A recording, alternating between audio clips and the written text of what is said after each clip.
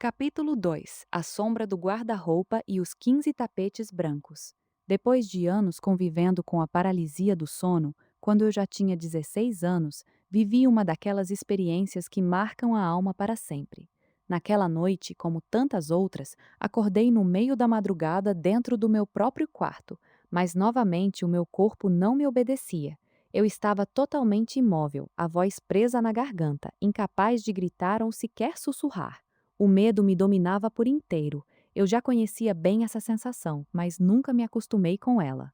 Ouvia vozes que ninguém mais ouvia, enxergava vultos e imagens que pareciam sair das sombras. E para uma menina que estava deixando a infância para trás e se tornando adolescente, tudo aquilo era muito mais assustador do que quando eu era pequena. Mas naquela vez, algo foi diferente.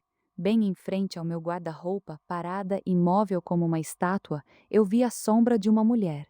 Ela não se aproximou, não fez nenhum gesto brusco, não abriu a boca para dizer uma palavra sequer. Apenas ficou ali, parada, me observando em silêncio absoluto.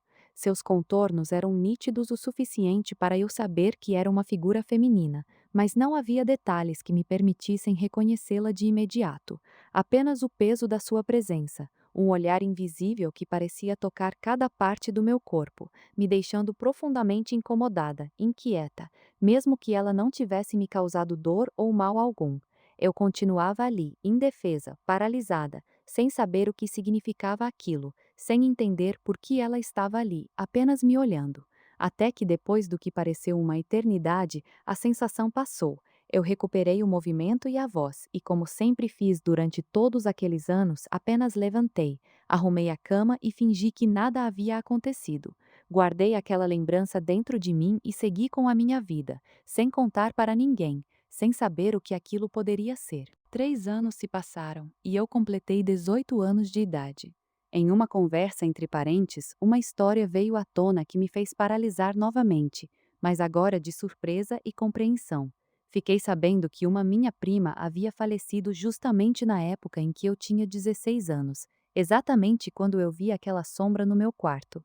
Contaram-me que depois da sua morte, a casa onde ela morava ficou fechada, parada, por 3 anos inteiros, sem ninguém entrar ou mexer em nada. Somente naquele ano, quando eu já era maior de idade, é que a família resolveu abrir e limpar tudo o que havia ficado para trás. E foi então que, em cima do guarda-roupa dela, encontraram sacolas cuidadosamente arrumadas com 15 tapetes brancos, e junto deles, uma carta escrita pela própria prima antes de morrer. No papel, ela pedia que entregassem cada um daqueles tapetes em uma igreja diferente, um por um, como a sua última vontade. Naquele instante, tudo se encaixou na minha cabeça e no meu coração.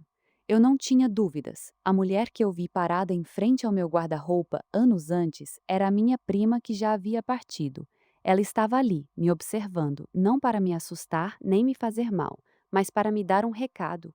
De alguma forma, através da minha mediunidade e daquela paralisia do sono que sempre me deixava vulnerável e aberta ao mundo espiritual, ela tentou me avisar sobre aqueles tapetes que ela havia preparado e que precisavam ser entregues.